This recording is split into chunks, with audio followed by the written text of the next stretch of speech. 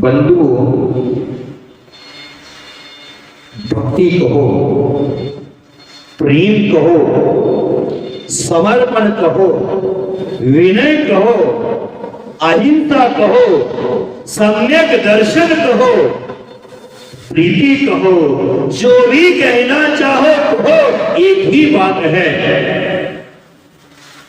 प्रेम वही व्यक्ति कर सकता है जो दूसरों को महत्वपूर्ण मानता है।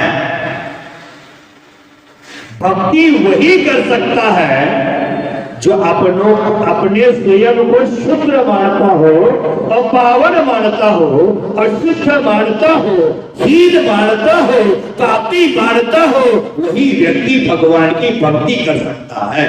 इसलिए हम बोलते ना, प्रभु पतित पावन मैं अपावन।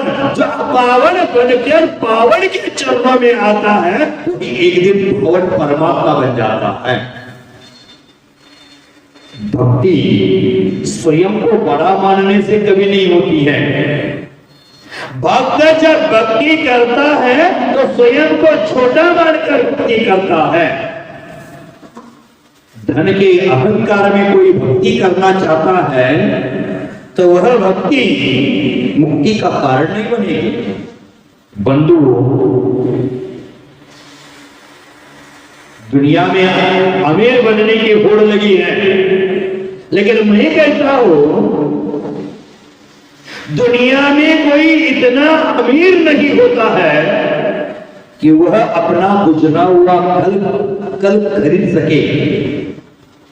दुनिया में इतना अमीर कोई नहीं होता है जो अपना गुजरा हुआ कल खरीद सके, और दुनिया में कोई इतना गरीब भी नहीं होता है कि अपना जो आने वाला कल है उसको संवार न सके।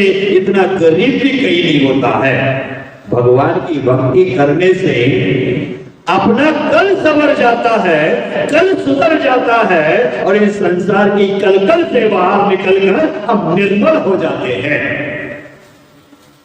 हमें निर्मलता की ओर बढ़ना है तो हमें स्वयं को छोटा मानना पड़ेगा, क्योंकि जैनाचार्य कहते हैं लघुता से प्रभु मिले, प्रभुता से प्रभु दूर। जब हम लघु बनकर प्रभु के चरणों में आ जाते हैं तो सचमुच आपको प्रभु मिल जाते हैं। लेकिन प्रभु माने बड़ा बनकर यहाँ आ जाते हैं तो प्रभु आपसे बहुत दूर जाते हैं। बंधुओं, भक्ति परमात्मा के प्रति हमारा किया हुआ समर्पण है। भक्ति पवित्र होनी चाहिए। भक्ति आत्मा प्रेम से होना चाहिए। भक्ति परमात्मा के प्रति होना चाहिए, और भक्त है उस श्रद्धा से भरना चाहिए, तभी जाकर भक्ति होती है। प्रेम और भक्ति को समझो। शब्दों के चक्कर में मत फंसना, शब्दों के जादूगर मत बनना। प्रेम और प्रेम के आंतरिक संबंध को समझो। भक्ति यानी ऊर्ध्वमुखी प्रेम। प्रेम यानी दो व्यक्तियों के बीच शारीरिक मानसिक संबंध नहीं, दो देहों का आलिंगन नहीं, व्यक्ति से व्यक्ति का संबंध नहीं, नारी और पुरुष का मिलन नहीं, समष्टि संपूर्ण प्राणी मात्रा के प्रति प्रेम, यह प्रेम का अर्थ है। हमारे प्रेम में आज वासनाओं की दुर्गंध आ रही है। वही किसी भक्त के मन में प्रेम की भक्ति की सुगंध आ जाती है तो वही भक्ति उसके मुक्ति का कारण बन जाती है।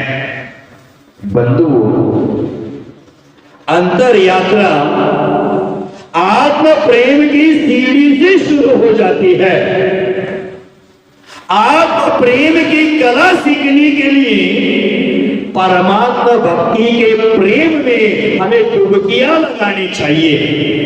गोताखोर होता है सागर में जाकर गोते लगाता है, तभी जाकर उसको रत्नों की प्राप्ति होती है। ऊपर ऊपर नदी किनारे बैठने से कुछ नहीं मिलेगा, सागर में गहराई में उतरना पड़ेगा, तभी जाकर उसको रत्न मिलते हैं। उसी प्रकार हम ऊपर ऊपर की पूजा, ऊपर ऊपर का अभिषेक, ऊपर ऊपर की शांति धारा करने से हमें परमात्मा रूपी रत्न नहीं मिलने वाला है, भक्ति की गहराई में उतरना पड़ेगा। उस भक्ति के गहराई में श्रद्धा समर्पण के साथ उतरना पड़ेगा, तभी जाकर हमारे लिए रत्न मिल सकते हैं। परमात्मा को और परमात्मा प्रेम को पाने के पूर्व हम सज्जन ग्रस्तों को संतों के प्रेम को पाना पड़ेगा। तो सर्वप्रथम में संतों के प्रेम में उतरना पड़ेगा, संत समागम करना पड़ेगा, तभी जाकर हमें परमात्मा के प्रेम में उतरने का मार्ग मिलता है। पहले तालाब, सरोवर, नदियों में तैरने की कला सीखो, बाद में समंदर की गहराई में उतरो। सीधा कोई समंदर में जाएगा उतरने के लिए तो डूब मर जाएगा। और तैरने की कला डंडलप के गद्दे पर बैठ लेट करके हाथ पैर हिलाने से किसी को तैरना नहीं आता है। तैरने के लिए नदी में उतरना पड़ेगा, और तैरने में निपुण हो जाते हैं तो समंदर की गहराई में उतर जाएंगे। उसी प्रकार इस संसार विषय कषायों की कीचड़ रूपी गद्दे में हाथ पैर हिलाने से हर संसार से तैरने की कला नहीं जानेंगे। साधु संतों के पास जाकर साधु संतों के प्रेम में उतर करके हमें तैरने की कला सीखना है, और हमें समंदर की गहराई में उतर करके उस रत्नों को प्राप्त करना है। तो भव्य बंधु, भक्ति का मतलब है स्वयं की महत्ता। भक्ति का मतलब है परमात्मा की उपयोगिता को समझ लेना। प्रेम के नाम पर वासना कामना के कांटों को एकत्रित कर लिया। जो देह के कब्र में चुभोकर तृप्ति का अनुभव कर रहे हैं, अभी हमारे पास प्रेम नहीं, मोह है, वासना है, अनुराग है, स्नेह है। प्रेम होता है उसे में विषय वासना की गंध नहीं होती। प्रेम होता है निर्व्याज होता है, और उसी को जैनाचार्य ने वात्सल्य कहा है। हमारे प्रेम में आज कामना की दुर्गंध है, वासना की दुर्गंध है। हमारा प्रेम रूपी रत्न विषय वासना के कीचड़ में फंसा हुआ है। बंधु, मां का अपने संतान के प्रति मोह होता है, प्रेम नहीं। स्नेह होता है, मित्र में आपसी दोस्ती होती है, पति पत्नी के बीच में शारीरिक संबंध होता है, जिसे वैवाहिक संबंध कहते हैं।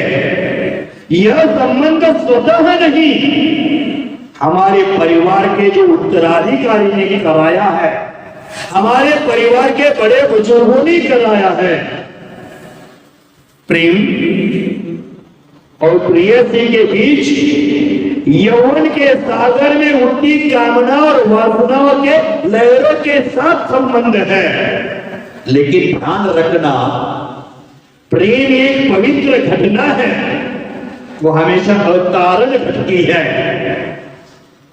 इस घटना में मांग नहीं होती, दैहिक संबंध का जरा भी संपर्क नहीं होता, यानी प्रेम मांग रहित होता है, कामना रहित होता है। आकाश में प्रेम की बदलियां छाती है, और समस्त भूमंडल पर बिना भेदभाव के प्रेम की बदलियां हमेशा बरसती रहती है।